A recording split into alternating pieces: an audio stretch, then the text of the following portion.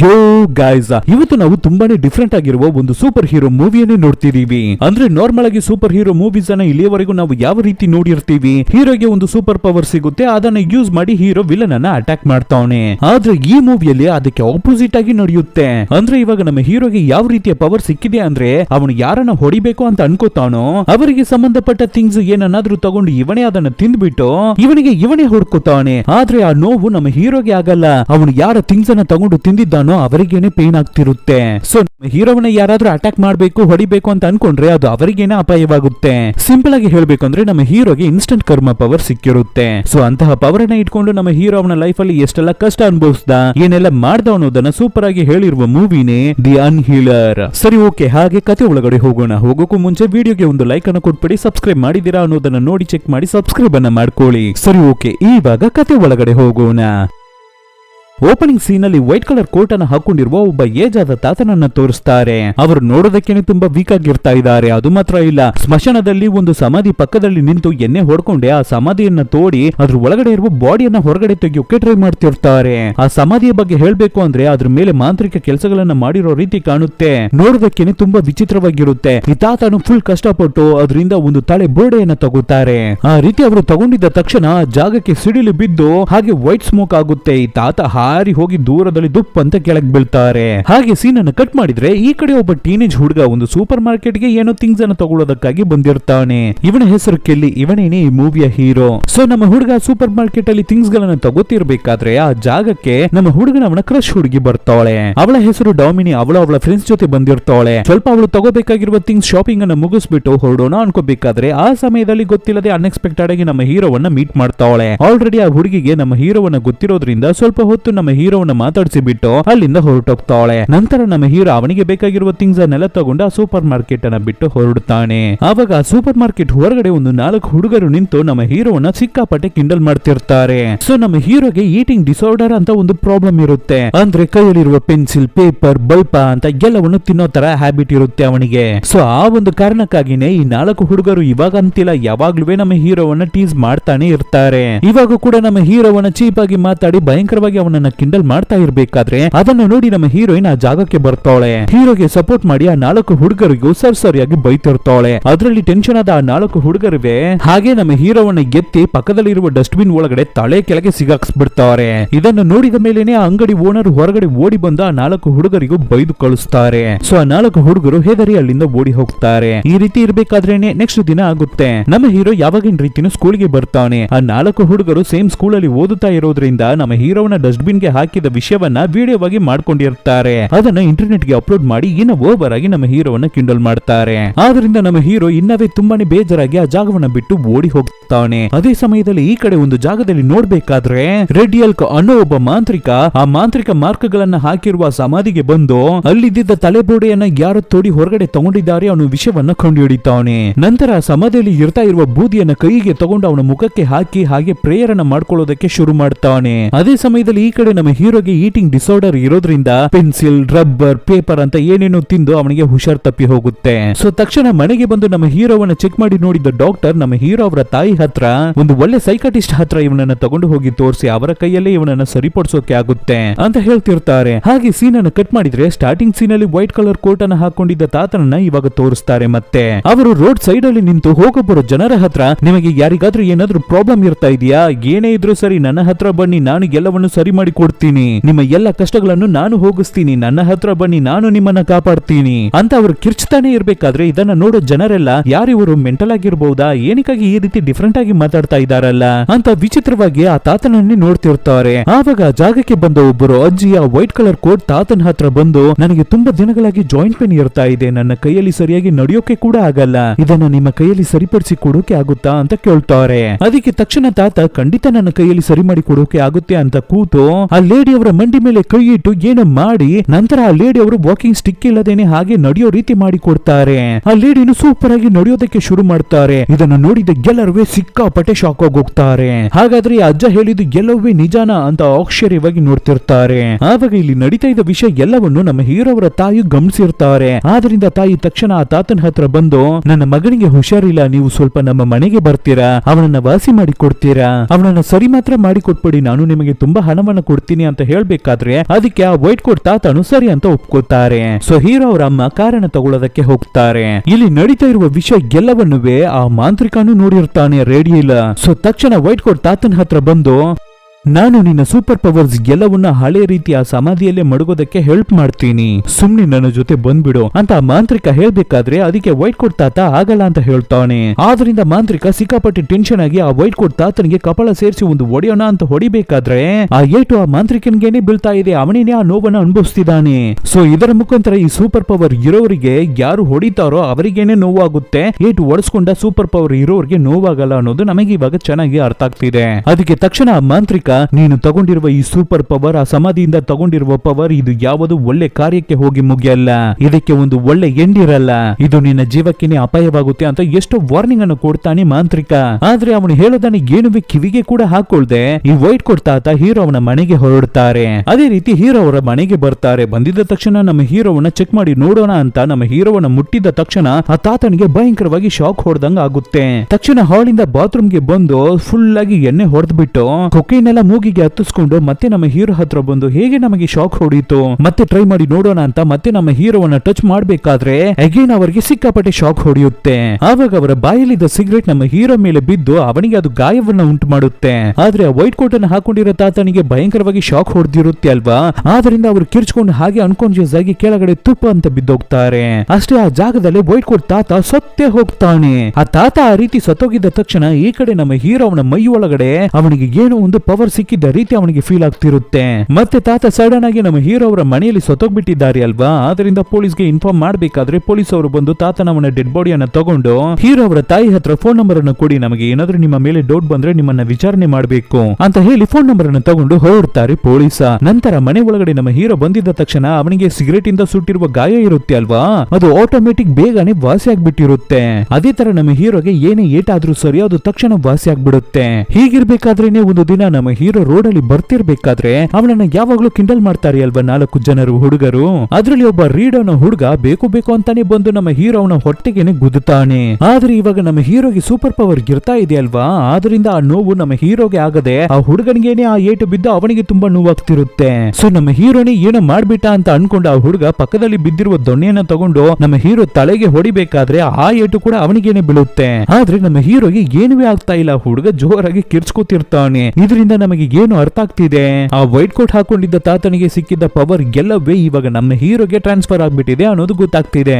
ಆದ್ರಿಂದ ನಮ್ಮ ಹೀರೋ ನಮಗೆ ಇಂತದೊಂದು ಸೂಪರ್ ಆದ ಪವರ್ ಸಿಕ್ಬಿಟ್ಟಿದೆ ಅಂತ ತುಂಬಾನೇ ಖುಷಿ ಆಗ್ತಿರ್ತಾನೆ. ಅದು ಮಾತ್ರ ಇಲ್ಲ, ನಮ್ಮ ಹೀರೋಗೆ ಆ ಊರಲ್ಲೇ ಒಂದು ಪಿಜ್ಜಾ ಅಂಗಡಿಯಲ್ಲಿ ಪಾರ್ಟ್ ಟೈಮ್ ಆಗಿ ಜಾಬ್ ಸಿಕ್ಕಿರುತ್ತೆ. ಸೊ ಅದನ್ನ ಹುಡುಗ ತುಂಬಾನೇ ಖುಷಿಯಿಂದ ಅವರ ತಾಯಿ ಹತ್ರ ಹೋಗಿ ಹೇಳ್ತಾನೆ. ಹೀಗಿರ್ಬೇಕಾದ್ರೆ ಅವತ್ತು ರಾತ್ರಿ ಒಡಸ್ಕೊಂಡಿದ್ದ ಆ ಹುಡುಗ ರೀಡ್ ಮತ್ತೆ ಅವನ ತಂದೆನು ನಮ್ಮ ಹೀರೋ ಅವನ ಮನೆಗೆ ಬರ್ತಾರೆ. ಸೊ ರೀಡ್ ಅವರ ತಂದೆ ನಮ್ಮ ಹೀರೋ ಅವರ ತಾಯಿ ಹತ್ರ, ನಿಮ್ಮ ಮಗ ನನ್ನ ಮಗನಿಗೆ ಸಿಕ್ಕಾಪಟ್ಟೆ ಹೊಡೆದ್ ಬಿಟ್ಟಿದ್ದಾನೆ, ರಕ್ತ ಬರೋ ಮಟ್ಟಿಗೆ ಹೊಡೆದಾಕ್ಬಿಟ್ಟಿದ್ದಾನೆ, ನನಗೇನು ಇದು ತುಂಬಾನೇ ಶಾಕ್ ಆಗಿರ್ತಾ ಇದೆ, ಯಾವಾಗ್ಲೂ ನನ್ನ ಮಗನೇ ನಿಮ್ಮ ಮಗನಿಗೆ ಹೊಡೆದ್ ಬಿಡ್ತಿದ್ದ, ಆದ್ರೆ ಇವಾಗ ಹೇಗೆ ನಿಮ್ಮ ಮಗ ನನ್ನ ಮಗನಿಗೆ ಹೊಡೆದಿದ್ದಾನೆ ಅಂತ ಒಂದು ರೀತಿ ಕಿಂಡಲ್ ಆಗಿ ಮಾತಾಡ್ತಿರ್ತಾರೆ. ಇದನ್ನ ಕೇಳಿದ ತಕ್ಷಣ ಹೀರೋ ಅವರ ತಾಯಿ ಭಯಂಕರವಾಗಿ ಅವ್ರಗಳಿಗೆ ಬೈದ್ಬಿಟ್ಟು ಡೋರ್ ಅನ್ನ ಕ್ಲೋಸ್ ಮಾಡಿ ಬಿಡ್ತಾರೆ. ರೀಡ್ ಮತ್ತೆ ಅವನ ತಂದೆ ಅಲ್ಲಿಂದ ಹೊರಟೋದ ಮೇಲೆ ನಮ್ಮ ಹೀರೋ ಅವನ ತಾಯಿ ಹತ್ರ ಅವನಿಗೆ ಸಿಕ್ಕಿರುವ ಸೂಪರ್ ಪವರ್ಸ್ ಗಳ ಬಗ್ಗೆ ಎಕ್ಸ್ಪ್ಲೈನ್ ಮಾಡ್ತಾನೆ, ಅವರಿಗೆ ಹೇಳಿ ಅರ್ಥ ಮಾಡಿಸ್ತಾನೆ. ತಾಯಿ ಅವರಿಗೆ ಇದನ್ನ ಕೇಳಿದ ತಕ್ಷಣ ಸಿಕ್ಕಾಪಟ್ಟೆ ಶಾಕ್ ಆಗುತ್ತೆ, ಆದ್ರೂ ನಂಬೋಕೆ ಆಗಲ್ಲ ಅಂತ ಮಗನನ್ನ ಹೊಡೆದು ನೋಡ್ತಾರೆ. ನೋಡಿದ್ರೆ ಗಿಂಜಿ ನೋಡಿದ್ರೆ ಅವರಿಗೆ ಏನೇ ನೋವಾಗ್ತಿರುತ್ತೆ. ಸೊ ತಾಯಿ ತುಂಬಾನೇ ಶಾಕ್ ಆಗ್ತಿರ್ತಾರೆ. ನಂತರ ಮಗನ ಹತ್ರ, ನಿನಗಿರುವ ಈ ಸೂಪರ್ ಪವರ್ ಬಗ್ಗೆ ಹೊರಗಡೆ ಯಾರಿಗೂ ಗೊತ್ತಾಗ್ಲೇಬಾರ್ದು, ಹೊರಗಡೆ ಪ್ರಪಂಚಕ್ಕೆ ಗೊತ್ತಾಗ್ಲೇಬಾರ್ದು ಅಂತ ಮಗನಿಗೆ ಅಡ್ವೈಸ್ ಮಾಡ್ತಿರ್ತಾರೆ. ಇದು ಮುಗಿದು ನೆಕ್ಸ್ಟ್ ದಿನ ಬೆಳಿಗ್ಗೆ ಆಗುತ್ತೆ. ನಮ್ಮ ಹೀರೋ ಸ್ಕೂಲ್ಗೆ ಹೋಗ್ತಾನೆ ಯಾವಾಗಿನ ರೀತಿನೂ. ಆವಾಗ ಯಾರೋ ಒಬ್ಬ ಹುಡುಗ ನಮ್ಮ ಹೀರೋಗೆ ಕಿಕ್ ಮಾಡ್ಬೇಕಾದ್ರೆ ಆ ಕಿಕ್ ಅವನಿಗೇನೆ ರಿಟರ್ನ್ ಆಗುತ್ತೆ. ಹೀಗಿರ್ಬೇಕಾದ್ರೆ ಅವತ್ತು ರಾತ್ರಿ ಸ್ಕೂಲಲ್ಲಿ ಒಂದು ಪಾರ್ಟಿ ನಡೆಯುತ್ತೆ.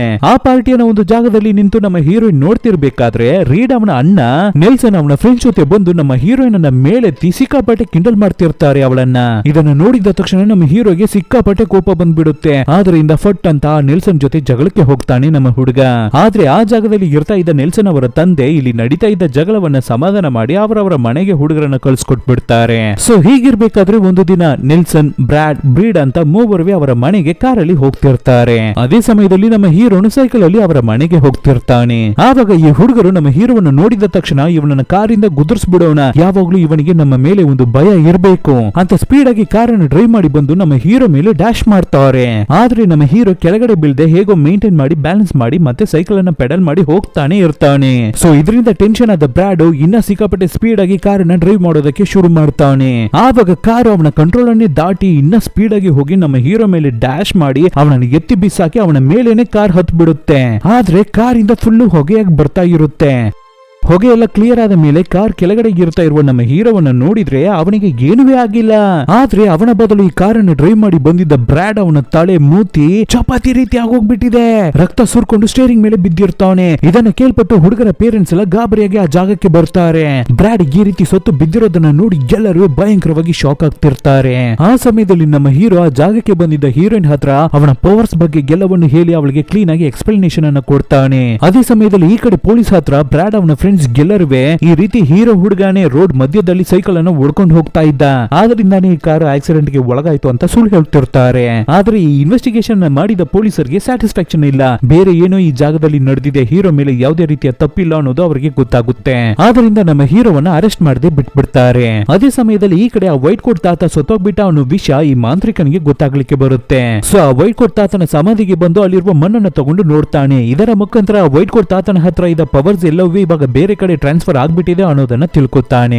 ಅದು ಮಾತ್ರ ಇಲ್ಲ, ನಮ್ಮ ಹೀರೋ ಮೇಲೆ ಕಾರ್ ಹತ್ತಿದ್ರು ಕೂಡ ಅವನು ಸಾಯದೆ ಜೀವಂತವಾಗಿ ಬಂದ್ಬಿಟ್ಟಿದ್ದಾನೆ ಅನ್ನೋ ವಿಷಯ ಕೂಡ ಈ ಮಾಂತ್ರಿಕನಿಗೆ ಗೊತ್ತಾಗ್ಲಿಕ್ಕೆ ಬರುತ್ತೆ. ತಕ್ಷಣ ನಮ್ಮ ಹೀರೋವನ್ನ ನೋಡಿ ಮಾತಾಡ್ಬೇಕು ಅಂತ ನಮ್ಮ ಹೀರೋ ಕೆಲಸ ಮಾಡ್ತಾ ಇರುವ ಜಾಗಕ್ಕೆ ಬಂದು ಹೀರೋವನ್ನ ಮೀಟ್ ಮಾಡ್ತಾನೆ. ಸಡನ್ ಆಗಿ ಆ ಮಾಂತ್ರಿಕ ಆ ಜಾಗಕ್ಕೆ ಬಂದು ಹೀರೋವನ್ನ ವಿಚಾರಿಸಬೇಕಾದ್ರೆ ಅದರಲ್ಲಿ ಹೆದರಿ ಹೋದ ನಮ್ಮ ಹೀರೋ, ಆ ವೈಟ್ ಕೋಟ್ ತಾತ ನಮ್ಮ ಮನೆಗೆ ಒಂದು ದಿನ ಬಂದ್ರು, ಅವರೇ ನನಗೆ ಟ್ರೀಟ್ಮೆಂಟ್ ಅನ್ನ ಕೊಟ್ರು ಅಂತ ಹೇಳಿ ಎಲ್ಲ ವಿಷಯವನ್ನು ಈ ಮಾಂತ್ರಿಕನ ಹತ್ರ ಹೇಳ್ತಾನೆ ಹುಡುಗ. ಹಾಗೆ ಕಟ್ ಮಾಡಿದ್ರೆ ನೆಕ್ಸ್ಟ್ ದಿನ ನಮ್ಮ ಹೀರೋ ಸ್ಕೂಲ್ ಅಲ್ಲಿ ಸೂಪರ್ ಆಗಿ ಎಂಜಾಯ್ ಮಾಡ್ತಿರ್ತಾನೆ, ಹೀರೋಯಿನ್ ಜೊತೆ ಟೈಮ್ ಅನ್ನ ಸ್ಪೆಂಡ್ ಮಾಡ್ತಿರ್ತಾನೆ. ಇದನ್ನ ನೋಡುವ ಆ ಪುರ್ಕಿ ಗ್ಯಾಂಗಿಗೆ ತುಂಬಾನೇ ಹೊಟ್ಟೆ ಹುರಿತಿರುತ್ತೆ. ಆದ್ರಿಂದ ಈ ಬ್ರಾಡ್ ಅವನ ಸಾವಿಗೆ ಕಾರಣವಾದ ನಮ್ಮ ಹೀರೋವನ್ನ ಹೇಗಾದ್ರೂ ರಿವೆಂಜ್ ತಗೋಬೇಕು ಅಂತ ಪ್ಲಾನ್ ಮಾಡ್ತಿರ್ತಾರೆ. ಅದ್ರಲ್ಲೂ ಹೀರೋ ಅವರ ಮನೆ ನೋಡೋದಕ್ಕೆ ಹೇಗಿರುತ್ತೆ ಅಂದ್ರೆ ಶೀಟ್ ಅನ್ನ ಇಟ್ಟು ಬಿಲ್ಡ್ ಮಾಡಿರುವ ಒಂದು ಕಂಟೈನರ್ ರೀತಿನೇ ಕಾಣುತ್ತೆ. ಆದ್ರಿಂದ ಹೀರೋ ಅವರ ಮನೆಯನ್ನ ನಾವು ನಾಶ ಮಾಡಿ ಬಿಡೋಣ ಅಂತ ಈ ಪೊರ್ಕಿ ಹುಡುಗರು ಪ್ಲಾನ್ ಮಾಡ್ತಾರೆ. ಅದೇ ತರ ಅವತ್ತು ರಾತ್ರಿನೇ ನಮ್ಮ ಹೀರೋ ಅವರ ಮನೆ ಹತ್ರ ಬಂದು ನಿಂತ್ಕೊಂಡು ಯಾವಾಗ್ಲಾದ್ರೂ ಹೀರೋ ಅವರ ತಾಯಿ ಹೊರಗಡೆ ಹೋಗ್ತಾರ ಆ ಗ್ಯಾಪ್ ಅನ್ನು ಯೂಸ್ ಮಾಡಿ ಮನೆ ಒಳಗಡೆ ನುಗ್ಗಿ ಹೀರೋವನ್ನ ಅಟ್ಯಾಕ್ ಮಾಡಿ ಬಿಡೋಣ ಅಂತ ವೇಟ್ ಮಾಡ್ತಿರ್ತಾರೆ ಹುಡುಗರು. ಅದೇ ತರ ನಮ್ಮ ಹೀರೋ ಅವನ ಕೆಲಸ ಮುಗಿಸಿ ಮನೆಗೆ ರಿಟರ್ನ್ ಬರ್ತಾನೆ. ಆವಾಗ ಮನೆ ಒಳಗಡೆ ಇರ್ತಾ ಇರುವ ತಾಯಿಗೆ ತುಂಬಾನೇ ಹುಷಾರಿರಲ್ಲ. ಆದ್ರಿಂದ ತಾಯಿ ಇವತ್ತು ನನ್ನ ಕೆಲಸಕ್ಕೆ ರಜಾ ಹಾಕ್ಬಿಟ್ಟೆ ಅಂತ ಹೇಳ್ತಾರೆ. ಸೊ ತಾಯಿ ಅವರಿಗೆ ಹುಷಾರಿಲ್ಲ ಅಂತ ಗೊತ್ತಾಗಿದ್ದ ತಕ್ಷಣ ನಮ್ಮ ಹೀರೋ ಕಾರನ್ನು ತಗೊಂಡು ಟೌನ್ಗೆ ಹೋಗಿ ತಾಯಿಗೆ ಮೆಡಿಸಿನ್ಸ್ ಅನ್ನ ತರೋಣ ಅಂತ ಹೊರಡ್ತಾನೆ. ಇದನ್ನ ದೂರದಲ್ಲಿ ನಿಂತು ವಾಚ್ ಮಾಡ್ತಾ ಇದ್ದ ಹುಡುಗರು ಏನಂತ ಅನ್ಕೋತಾರೆ ಅಂದ್ರೆ ಹೀರೋ ಅವರ ತಾಯಿ ಕೆಲಸಕ್ಕೆ ಹೋಗ್ಬಿಟ್ಟಿದ್ದಾರೆ ಅಂತ ಅನ್ಕೊಂಡು ಇವರು ತಂದಿರುವ ಕಾರಿಂದ ಒಂದು ಕೊಕ್ಕೆಯನ್ನ ಕಂಟೈನರ್ ಗೆ ಹಾಕಿ ಹಾಗೆ ಕಾರನ್ನು ಸ್ಟಾರ್ಟ್ ಮಾಡ್ತಾರೆ. ಇವೆಲ್ಲ ಗೊತ್ತಿಲ್ಲದೆ ಒಳಗಡೆ ಚೆನ್ನಾಗಿ ಮಲ್ಗಿ ನಿದ್ದೆ ಮಾಡ್ತಿರ್ತಾರೆ ತಾಯಿ. ಆವಾಗ ಸಡನ್ ಆಗಿ ಅವರ ಮನೆ ಬ್ಯಾಲೆನ್ಸ್ ಇಲ್ಲದೆ ಕೆಳಗಡೆ ಬೀಳ್ಬೇಕಾದ್ರೆ ತಾಯಿ ಇದನ್ನ ಅಬ್ಸರ್ವ್ ಮಾಡಿ ಹೊರಗಡೆ ಹೇಗಾದ್ರೂ ತಪ್ಪಿಸ್ಕೊಂಡು ಬರ್ಬೇಕು ಅಂತ ಟ್ರೈ ಮಾಡ್ತಾರೆ. ಆದ್ರೆ ಹೊರಗಡೆಯಿಂದ ಡೋರ್ ಲಾಕ್ ಆಗಿರುತ್ತೆ. ಸೊ ಬೇರೆ ದಾರಿ ಇಲ್ಲದೆ ತಾಯಿ ಒಳಗಡೆನೆ ಸರಿಯಾಗಿ ಲಾಕ್ ಆಗ್ಬಿಟ್ಟಿರ್ತಾರೆ. ಆವಾಗಂತ ನೋಡಿ ಮನೆ ಒಳಗಡೆ ಇರ್ತಾ ಇರುವ ಗ್ಯಾಸ್ ಬೇರೆ ಲೀಕ್ ಆಗ್ತಿರುತ್ತೆ. ಆದ್ರೆ ಹುಡುಗರು ಕೊಕ್ಕೆಯನ್ನ ಕಂಟೈನರ್ ಇಂದ ಬಿಚ್ಚದೆ ಹಾಗೆ ಎಲ್ಕೊಂಡು ಹೋಗ್ತಿರ್ಬೇಕಾದ್ರೆ ಆ ಫ್ರಿಕ್ಷನ್ ಇಂದಾನೆ ಗ್ಯಾಸ್ ಸಿಲಿಂಡರ್ ಬ್ಲಾಸ್ಟ್ ಆಗಿ ಬಿಡುತ್ತೆ. ಆದ್ರಿಂದ ಈ ಹುಡುಗರು ಸರಿ ಆಯ್ತು ನಾವು ಬಂದಿದ್ದ ಕೆಲಸ ಮುಗಿಸ್ಬಿಟ್ಟಿದೀವಿ ಅಂತ ಹೇಳಿ ಟ್ರಕ್ ಅನ್ನು ತಗೊಂಡು ಈ ಹುಡುಗರು ಮಾತ್ರ ಅಲ್ಲಿಂದ ಎಸ್ಕೇಪ್ ಆಗಿ ಹೋಗ್ಬಿಡ್ತಾರೆ. ಸ್ವಲ್ಪ ಹೊತ್ತು ಬಿಟ್ಟೆ ನಮ್ಮ ಹೀರೋ ಜಾಗಕ್ಕೆ ಬರ್ತಾನೆ. ಮನೆ ಬೆಂಕಿ ಹಿಡಿದು ಉರಿತಾ ಇರೋದನ್ನ ನೋಡಿ ಗಾಬರಿಯಾಗಿ ಮನೆ ಒಳಗಡೆ ಓಡಿ ಹೋಗ್ತಾನೆ. ಆದ್ರೆ ನಮ್ಮ ಹೀರೋ ಬರೋದಕ್ಕೆ ಲೇಟ್ ಆಗಿದ್ರಿಂದ ಅವನ ತಾಯಿ ಬೆಂಕಿಯಲ್ಲಿ ಸುಟ್ಟು ಭಯಂಕರವಾಗಿ ಸತ್ತೋಗ್ತಾರೆ.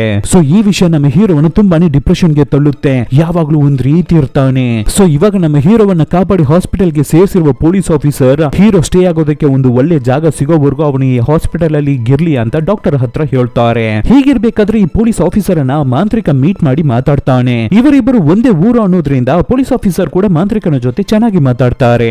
ಆವಾಗ ನಮ್ಮ ಹೀರೋಗಿರುವ ಪವರ್ ಬಗ್ಗೆ ಆ ಪೊಲೀಸ್ ಆಫೀಸರ್ ಹತ್ರ ಮಾಂತ್ರಿಕ ಹೇಳ್ಬೇಕಾದ್ರೆ ಈ ಕಾಲದಲ್ಲಿ ಕೂಡ ಮಂತ್ರ ಪವರ್ ಸೂಪರ್ ಪವರ್ ಅಂತೆಲ್ಲ ನೀವು ಮಾತಾಡ್ತಾ ಇದ್ದೀರಲ್ಲ, ಅವೆಲ್ಲ ಹಳೆ ಕಾಲದಲ್ಲಿ ಮುಗ್ದೋಯ್ತು, ಏನನ್ನೋ ಮಾತಾಡ್ಬೇಕು ಅಂತ ನೀವು ಮಾತಾಡ್ತಿರ್ಬೇಡಿ ಅಂತ ಪೊಲೀಸ್ ಹೇಳ್ಬೇಕಾದ್ರೆ ಓ ಹೌದಾ, ಹಾಗ ಒಂದು ದಿನ ನಿನಗೆ ನನ್ನ ಸಹಾಯ ಬೇಕಾಗಿರುತ್ತೆ, ಅಂತಹ ಸಮಯದಲ್ಲಿ ನನಗೆ ಕಾಂಟ್ಯಾಕ್ಟ್ ಮಾಡು, ನನಗೆ ಫೋನ್ ಕಾಲ್ ಅನ್ನ ಮಾಡು ಅಂತ ಹೇಳಿ ಆ ಮಾಂತ್ರಿಕ ಮಾಂತ್ರಿಕನು ಅಲ್ಲಿಂದ ಹೊರಟೋಗ್ತಾರೆ. ನಂತರ ಏನಾಗುತ್ತೆ ಅಂದ್ರೆ ಹೀರೋ ಅವರ ತಾಯಿಗೆ ಫ್ಯೂನರಲ್ ನಡೀತಿರುತ್ತೆ. ಸೊ ಆ ಜಾಗದಲ್ಲಿ ನಮ್ಮ ಹೀರೋ ತುಂಬಾನೇ ಫೀಲ್ ಮಾಡಿ ಅಳ್ತಿರ್ತಾನೆ. ಆವಾಗ ಹೀರೋಯಿನ್ ಹೀರೋ ಹತ್ರ ಬಂದು ಅವನನ್ನ ಸಮಾಧಾನ ಮಾಡ್ತಾಳೆ. ಆವಾಗ ಹೀರೋ ತಕ್ಷಣ ನಾನು ಈ ಊರಲ್ಲೇ ಇರಬಾರ್ದು ಅಂತ ಅನ್ಕೊಂಡಿದ್ದೀನಿ, ತಕ್ಷಣ ಈ ಊರನ್ನ ವಿಕೆಟ್ ಮಾಡಿ ಬೇರೆ ಊರಿಗೆ ನಾನು ಹೊರಟೋಗ್ತೀನಿ ಅಂತ ಹೇಳ್ಬೇಕಾದ್ರೆ ಆವಾಗ ನಮ್ಮ ಹೀರೋಯಿನ್ ಅವನನ್ನ ಸಮಾಧಾನ ಮಾಡಿ ಇಲ್ಲ ನೀನು ಈ ಊರಲ್ಲೇ ಇರ್ಬೇಕು, ನೀನು ಇಲ್ಲಿಂದ ಎಲ್ಲಿಗೂ ಹೋಗ್ಬಾರ್ದು ಅಂತ ಹೇಳಿ ನಮ್ಮ ಹೀರೋವನ್ನ ಹೇಗೋ ಕನ್ವಿನ್ಸ್ ಮಾಡಿ ಅಲ್ಲಿಂದ ಹೋಗ್ತಾಳೆ. ನಂತರ ನಮ್ಮ ಹೀರೋ ಅಲ್ಲೇ ಪಕ್ಕದಲ್ಲಿ ಇರುವ ವೈಟ್ ಕೋಟ್ ತಾತನ ಸಮಾಧಿಗೆ ಬಂದು ಅಲ್ಲಿರುವ ಒಂದು ವೀಡನ್ನ ತಗೊಂಡು ತಿಂತಾನೆ. ಅದನ್ನ ತಿಂದಿದ ತಕ್ಷಣವೇ ಹುಡುಗ ತುಂಬಾನೇ ವಾಮಿಟ್ ಮಾಡ್ಕೊತಾನೆ. ಸೊ ವೀಡ್ ಅಂದ್ರೇನೆ ನಮ್ಮ ಹೀರೋಗೆ ಸೆಟ್ ಆಗಲ್ಲ ಅನ್ಸುತ್ತೆ, ತುಂಬಾನೇ ಕಷ್ಟ ಪಡ್ತಿರ್ತಾನೆ.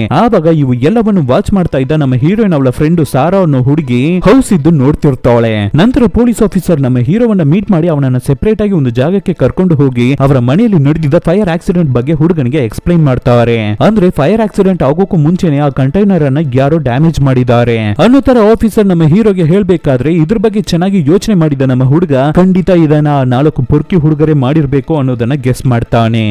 ಇನ್ನೊಂದು ಕಡೆ ನೆಲ್ಸನ್ ಮತ್ತೆ ಅವನ ಫ್ರೆಂಡ್ಸ್ ಒಂದು ಮರ್ಡರ್ ನ ಮಾಡಿಬಿಟ್ಟು ಯಾವುದೇ ರೀತಿಯ ಫೀಲಿಂಗ್ಸ್ ಗಿಲ್ಟಿ ಫೀಲ್ ಇಲ್ಲದೆ ಹಾಗೆ ಜಾಲಿಯಾಗಿ ಮಾತಾಡ್ಕೊಂಡು ಕಾರಲ್ಲಿ ಬರ್ತಿರ್ತಾರೆ. ಈ ಹುಡುಗರು ಎಲ್ಲರೂ ಅವರ ಸ್ಟ್ರೆಸ್ ಅನ್ನ ಕಡಿಮೆ ಮಾಡೋದಕ್ಕಾಗಿ ಪಕ್ಕದಲ್ಲಿ ಇರುವ ಒಂದು ನದಿಗೆ ಹೋಗಿ ಸ್ನಾನವನ್ನ ಮಾಡೋಣ ಅಂತ ಡಿಸೈಡ್ ಮಾಡಿ ಹೋಗ್ತಿರ್ತಾರೆ. ಅದೇ ಸಮಯದಲ್ಲಿ ಪೊಲೀಸ್ ಆಫೀಸರು ನಮ್ಮ ಹೀರೋನು ಇನ್ನೊಂದು ಕಾರಲ್ಲಿ ಬರ್ಬೇಕಾದ್ರೆ ಅದನ್ನ ನೋಡಿದ ಈ ಹುಡುಗರು ಸುಮ್ನಿರ್ದೆ ಇನ್ನವೇ ನಮ್ಮ ಹೀರೋವನ್ನ ತುಂಬಾನೇ ಕಿಂಡಲ್ ಮಾಡ್ತಾರೆ. ಇದರಿಂದ ನಮ್ಮ ಹೀರೋಗೆ ಸಿಕ್ಕಾಪಟ್ಟೆ ಕೋಪ ಬಂದ್ಬಿಡುತ್ತೆ. ಆದ್ರಿಂದ ಆ ಪೊಲೀಸ್ ಆಫೀಸರ್ಗೆ ಗೊತ್ತಿಲ್ಲದೆ ರನ್ನಿಂಗ್ ಅಲ್ಲಿ ಕಾರ್ ಇರ್ಬೇಕಾದ್ರೇನೆ ಕಾರನ್ನ ಬಿಟ್ಟು ಹೊರಗಡೆ ಜಂಪ್ ಮಾಡಿ ಬಿಡ್ತಾನೆ. ನಂತರ ಆ ಹುಡುಗರು ಸ್ನಾನ ಮಾಡೋದಕ್ಕಾಗಿ ಒಬ್ಬೊಬ್ಬರಾಗಿ ನದಿಗೆ ಇಳಿಯೋದನ್ನ ಹೌಸ್ ಇದ್ದು ನೋಡ್ತಿರ್ತಾನೆ ಹುಡುಗ. ಆವಾಗ ಟಕ್ಕರ್ ಅನ್ನೋ ಒಬ್ಬ ಹುಡುಗ ನೀರ್ ಒಳಗಡೆ ಹೋಗ್ಬೇಕಾದ್ರೆ ಆ ಸಮಯದಲ್ಲಿ ಆ ಜಾಗದಲ್ಲಿ ಇರ್ತಾ ಇರುವ ನಮ್ಮ ಹೀರೋ ಯಾರಿಗೂ ಗೊತ್ತಿಲ್ಲದೆ ಆ ಟಕ್ಕರ್ ಹುಡುಗನ ಬಟ್ಟೆಯನ್ನ ಕೈಗೆ ತಗೊಂಡು ಅವನ ಬಾಯಿಗೆ ಹಾಕಿ ಆ ಬಟ್ಟೆಯನ್ನ ಕಚ್ಚಿ ಎಳೆದು ಅಗ್ದು ತಿಂತಿರ್ತಾನೆ. ಯಾಕೆ ಈ ರೀತಿ ನಮ್ಮ ಹೀರೋ ಮಾಡ್ತಿದ್ದಾನೆ ಅಂತ ಗೊತ್ತಿಲ್ಲ. ನಂತರ ಆ ಡ್ರೆಸ್ ಅನ್ನ ಇಟ್ಟು ನಮ್ಮ ಹೀರೋ ಆಟೋಮೆಟಿಕ್ ಅವನ ಕತ್ತಿಗೆ ಅವನೇ ಹಾಕಿ ಟೈಟ್ ಮಾಡ್ಕೊತಾನೆ. ಆದ್ರಿಂದ ಇವಾಗ ಏನಾಗುತ್ತೆ ಅಂದ್ರೆ ನೀರ್ ಒಳಗಡೆ ಇರ್ತಾ ಇರುವ ಟಕ್ಕರ್ಗೆ ಉಸಿರಾಡೋಕೆ ಆಗದೆ ಹಾಗೆ ನೀರಲ್ಲಿ ಮುಳುಗ್ತಿರ್ತಾನೆ. ಅಷ್ಟೇ ಹುಡುಗ ನೀರ್ ಒಳಗಡೆನೆ ಸತ್ತೋಗ್ತಾನೆ. ಅಂದ್ರೆ ಈ ಟಕ್ಕರ್ ಹುಡುಗನ ಬಟ್ಟೆಯನ್ನ ತಾನೇ ನಮ್ಮ ಹೀರೋ ಅವನ ಬಾಯಿಗೆ ಹಾಕಿ ಅಗ್ದು ತಿಂದಿರ್ತಾನೆ. ಆದ್ರಿಂದ ನಮ್ಮ ಹೀರೋ ಅವನಿಗೆ ಅವನೇ ಅಟ್ಯಾಕ್ ಮಾಡ್ಕೊಂಡ್ರು ಕೂಡ ಆ ಎಫೆಕ್ಟ್ ಎಲ್ಲವೇ ಆ ಟಕ್ಕರ್ಗೆ ಆಗುತ್ತೆ. ಇವಾಗ ಹುಡುಗ ಸತ್ತೋಗ್ಬಿಟ್ಟ ಅಲ್ವಾ, ಇದನ್ನ ನೋಡಿದ ತಕ್ಷಣ ರೀಡ್ ಮತ್ತೆ ನೆಲ್ಸನ್ ತುಂಬಾನೇ ಗಾಬರಿ ಆಗ್ತಾರೆ.